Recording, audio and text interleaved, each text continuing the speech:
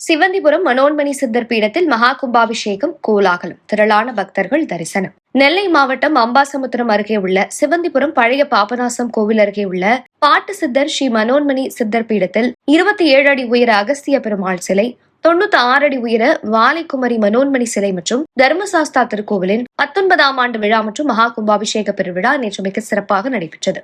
முன்னதாக 4 கால யாகசாலையில் சிறப்பு பூஜைகள் நிறைவுற்று மங்கள வாத்தியங்கள் முழங்க புனித தீர்த்த கடங்கள் ஊர்வலமாக எடுத்து செல்லப்பட்டன. தொடர்ந்து அருள்மிகு வாலைக்குமரி மனோன்மணி அகஸ்திய பெருமாள் மற்றும் தர்மசாஸ்தா சுவாமி சிலைகளுக்கு புனித தீர்த்தம் தெளிக்கப்பட்டு மகா கும்பாபிஷேகம் வெகு விமர்சையாக நடத்தப்பட்டது.